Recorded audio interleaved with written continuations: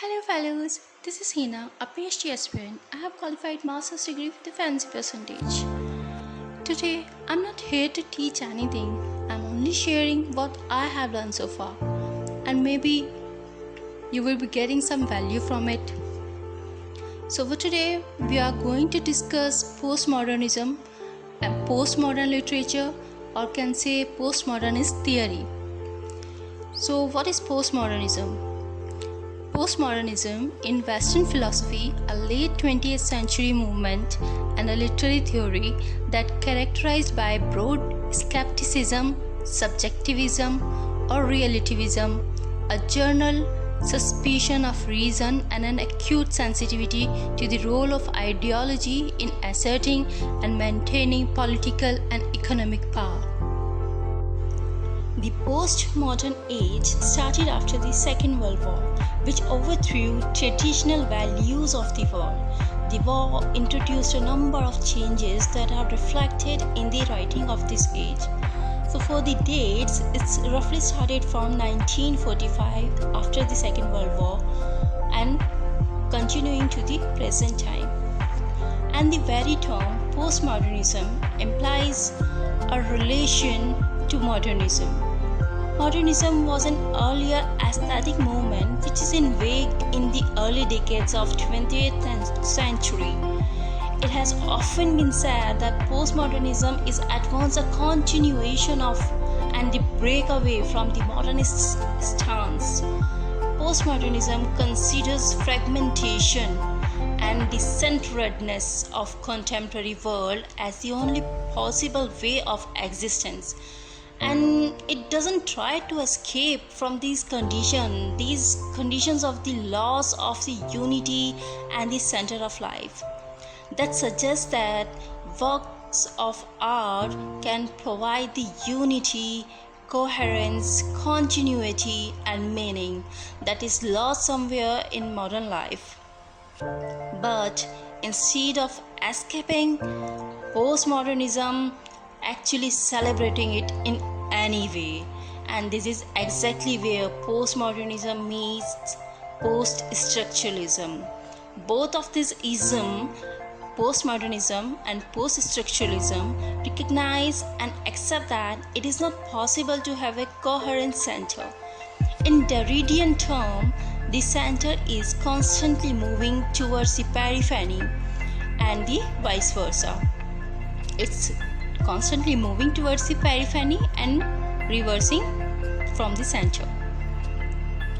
In simple words, we can say that center, which is the seat of power, is never entirely powerful. It's continuously becoming powerful, and again it's losing its power, or somewhere it's again becoming a less powerful. For instance, it can be argued that there is never ever a fixed center, or maybe can say that there is never a center, and the probability of multiple center can also be seen there. This postponement of the center acquiring power or retaining its position is what Derrida called difference. Yes, this is an important term, difference. To spell out, it's like DIFFERANCE, DIFFERANCE,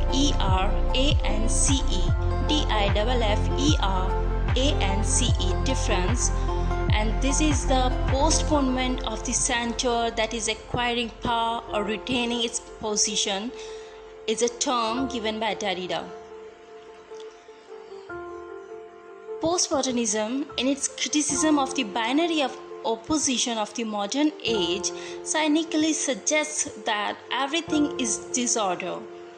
Postmodernism favors mini-narrative stories, that is quite opposite to modernism, which favors the meta-narrative. And to elaborate this meta-narrative, what is this meta-narrative is, in simple words, it's create and propagate grand, but some such conceptions of a society and culture that are not true completely, including society's dependence on such concepts as objective truth, progress, order, and unity. So let's come back to the mini narratives that is belonging to the postmodernism, and these mini narratives that has been favored by postmodernism. Mini narratives are stories that explain small practices and local events without pretending universality and any finality. So what is mini narratives? Mini narratives are stories that explain small practices and local events without pretending universality and finality. And having deconstructed the possibility of a stable, or can say a permanent reality, postmodernism have revolutionized the concept of language. Irrespective of modernism, in postmodernist view, there are only surfaces. No depths can be seen there. It is in the view of postmodernist theory. For example, a signifier has no signified here because there is no reality to signify. Hope you get it. Well, the French philosopher Baudrillard has conceptualized the postmodern surface culture as a simulacrum. Note it down, please. It's again an important term, simulacrum. To spell it out, it's like SIMULACRUM, simulacrum. That is a virtual or a fake reality simulated or instigated by the media or other ideological organization. Well, for better understanding what is simulacrum is not merely a duplication or an imitation, but it's actually a substitution of the original by a simulated fake image. For example, contemporary world is a simulacrum where reality has been replaced by false images. No reality can be seen there, only false images. Here, Baudrillard is not merely suggesting that the postmodern world is artificial, but also implying that we have lost the capacity to differentiate between the real and the artificial. We have lost our capacity to differentiate what is real and what is the artificial. If we talk about the principles of postmodernism, one cannot pinpoint the principles of postmodernism with finality because of the different directions taken by postmodernism relating to the theories of Lyotard, Baudrillard, and Jameson. It also has its roots in the theories of Habermas and Foucault. And there is a plurality in the very constitution of this theory. Very plurality can be seen in this very theory of postmodernist theory. And finally, all versions of postmodernism rely on the method of deconstruction to analyze socio-cultural situations. The fundamental characteristic of postmodernism is disbelief. Disbelief is the fundamental characteristic of postmodernism, which negates social and personal realities and experiences. In literature, postmodernism that is relying heavily on fragmentation, deconstruction, playfulness, questionable narrators, etc., is reacted against Enlightenment ideas that are implicit in modernist literature, like the concept of meta-narrative and simulacra. And postmodern literature can be considered as an umbrella term for the post-war developments in literature. In literature, such as theatre of the absurd, Beat Generation, and magic realism.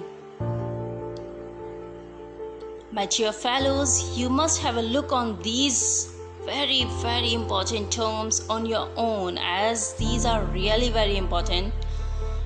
And whenever I read or I see this term magical realism, first most distinguished writer comes to my mind is Salman Rushdie, and we can see his great work Midnight's Children as a perfect example of magical realism.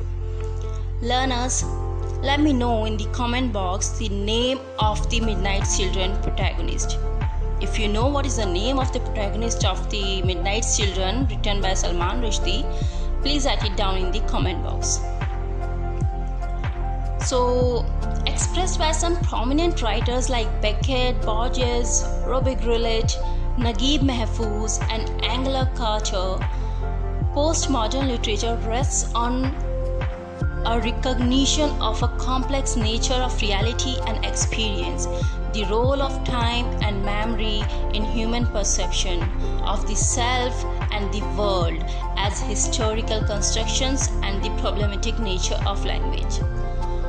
So for some key principles of postmodernism, these are like stream of consciousness technique. Well, we will be discussing in another upcoming video this spatial term stream of consciousness. This video is already going to be very lengthy, so we will be discussing it in another video, stream of consciousness.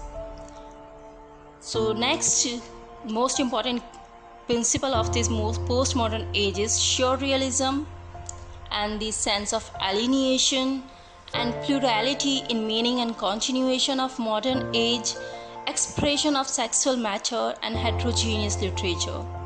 Writing reflects absurdity and violent outbreak of emotions in this age can be seen pioneerly.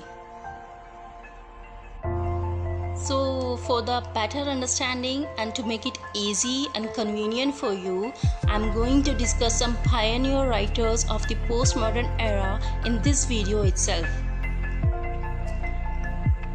Well, postmodernism literature reached its peak in 60s and 70s with the publication of Catch-22. To spell it out, it's CATCH-22, Catch-22, and written by Joseph Heller. Joseph Heller, JOSEPH, Joseph HELLER, Heller, Joseph Heller, Catch-22. And you can see the spellings of other writers on your screen that I'm going to discuss. First is Bertrand Russell, and his major work is The Principles of Mathematics. Bertrand Russell, major work is The Principles of Mathematics. Next is Robert Graves. Robert Graves was a prolific English poet, novelist, and his famous autobiography is Goodbye to All That. Goodbye to All That is a very famous autobiography by Robert Graves, and to mention some other work by him are The Greek Myths and the White Goddess. The Greek Myths and the White Goddess. And you must note it down his another work also, that is I, Claudius, written by Robert Graves. Next writer is Harold Pinter. Well, as you all know that Harold Pinter received a Nobel Prize in Literature in 2005. Among his best works, some are Birthday Party, Homecoming, Betrayal, The French Lieutenant Woman, The Trial, etc. Please check the list of his works. Don't forget to check the list of these important writers' works. Next is Philip Larkin.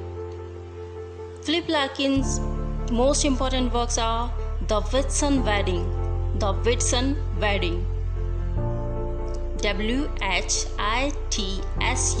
Whitsun Weddings. Next work by Philip Larkin is High Windows. And next important work by Philip Larkin is A Girl in Winter. Next writer in the series is T.S. Eliot. T.S. Eliot is Thomas Stern Eliot.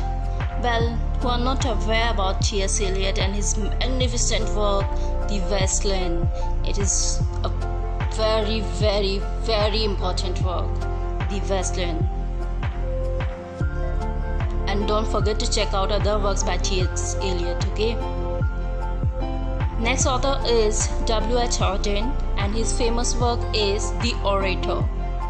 Last author or writer of the postmodern age is Ray Fuller, and his most famous work is Reign of Sparrow.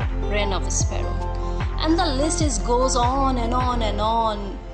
We cannot confine our list only to these writers only.